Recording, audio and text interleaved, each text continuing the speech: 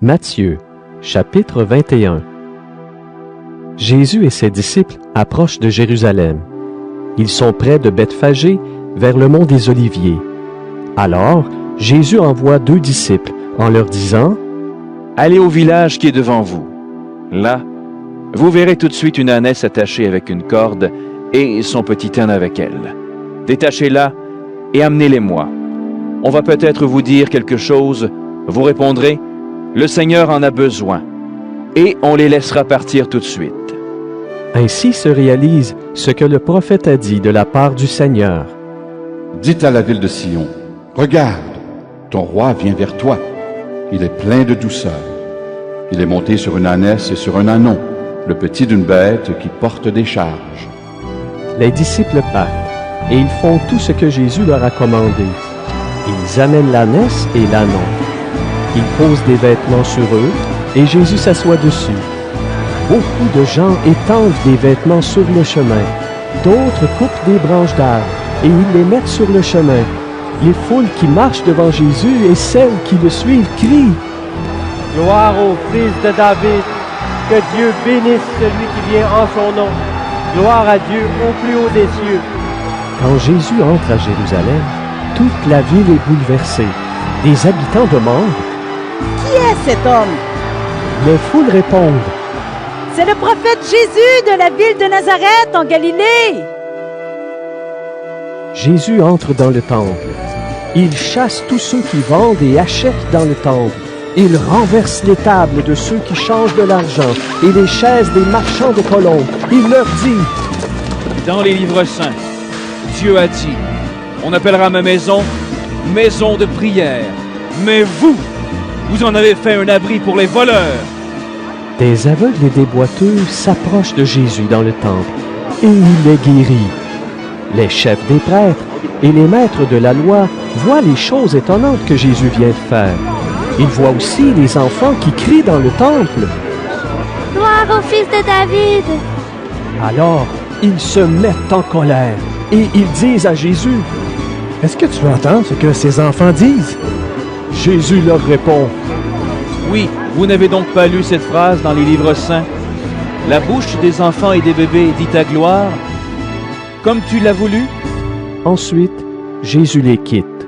Il sort de la ville pour aller à Béthanie. Il passe la nuit là-bas. Le matin suivant, en revenant à la ville, Jésus a faim. Il voit un figuier au bord du chemin. Il s'approche de l'arbre, mais il ne trouve que des feuilles. Alors il dit au figuier : « Tu n'auras plus jamais de fruits. » Et aussitôt, le figuier devient tout sec. Quand les disciples voient cela, ils sont très étonnés et ils disent : « Comment est-ce que le figuier a pu sécher tout de suite ?» Jésus leur répond : « Je vous le dis, c'est la vérité. Si vous avez la foi et si vous n'hésitez pas, vous pourrez faire ce que j'ai fait au figuier. Vous pourrez même dire à cette montagne : va-t'en et jette-toi dans la mer, et cela arrivera. Si vous avez la foi, vous recevrez tout ce que vous demanderez dans la prière. » Jésus entre dans le temple, et il se met à enseigner. Alors, les chefs des prêtres et les anciens du peuple s'approchent de lui et lui demandent : « De quel droit est-ce que tu fais ces choses? Qui t'a donné le pouvoir de les faire? » Jésus leur répond : « Moi aussi, je vais vous poser une seule question. Répondez-moi. Ensuite, je vous dirai de quel droit je fais ces choses. Qui a envoyé Jean baptiser?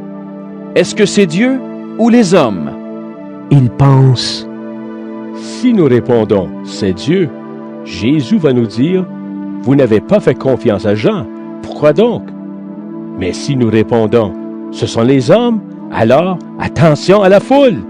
En effet, tout le monde pense que Jean était un prophète. C'est pourquoi ils répondent à Jésus : « Nous ne savons pas. » Et Jésus leur dit : « Moi non plus. Je ne vous dis pas de quel droit je fais ces choses. » Jésus dit encore : « Qu'est-ce que vous pensez de cette histoire? Un homme a 2 fils.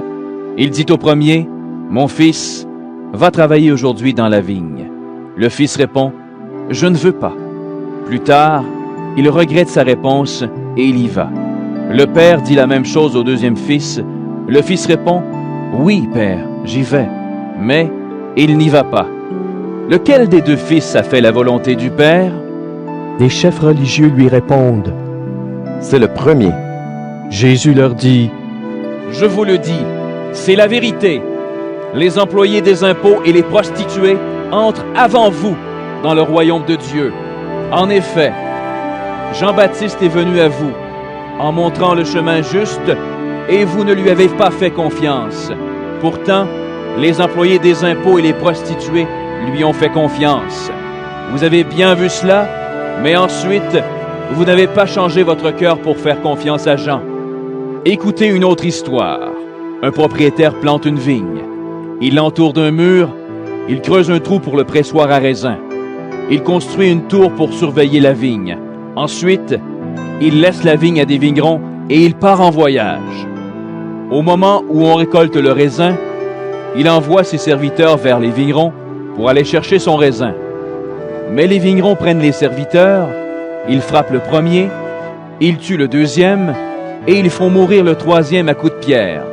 Le propriétaire envoie encore d'autres serviteurs, plus nombreux que les premiers. Mais les vignerons leur font la même chose. Enfin, le propriétaire leur envoie son fils en se disant « Ils respecteront mon fils. » Mais quand les vignerons voient le fils, ils se disent entre eux « C'est lui qui sera le propriétaire plus tard. Venez, tuons-le, et la vigne sera à nous. » Ils prennent le fils, ils le font sortir de la vigne et le tuent. Jésus demande, « Quand le propriétaire de la vigne viendra, qu'est-ce qu'il va faire à ces vignerons? » Les chefs religieux répondent à Jésus, « Il va tuer sans pitié ces gens méchants. Il louera la vigne à d'autres vignerons, et au moment de la récolte, ces vignerons lui donneront le raisin. » Alors Jésus leur dit, « Vous avez sûrement lu ces phrases dans les livres saints. La pierre que les maçons ont rejetée est devenue la pierre principale de la maison. C'est le Seigneur qui a fait cela. Quelle chose merveilleuse pour nous! Si quelqu'un tombe sur cette pierre, son corps sera brisé. Si cette pierre tombe sur quelqu'un, elle l'écrasera. C'est pourquoi, je vous le dis, Dieu vous enlèvera le royaume et il le donnera à un peuple qui produira les fruits du royaume. » Les chefs des prêtres et les pharisiens entendent les comparaisons de Jésus et ils comprennent que Jésus parle d'eux. Ils cherchent à l'arrêter, mais ils ont peur des foules. En effet, les gens pensent que Jésus est un prophète.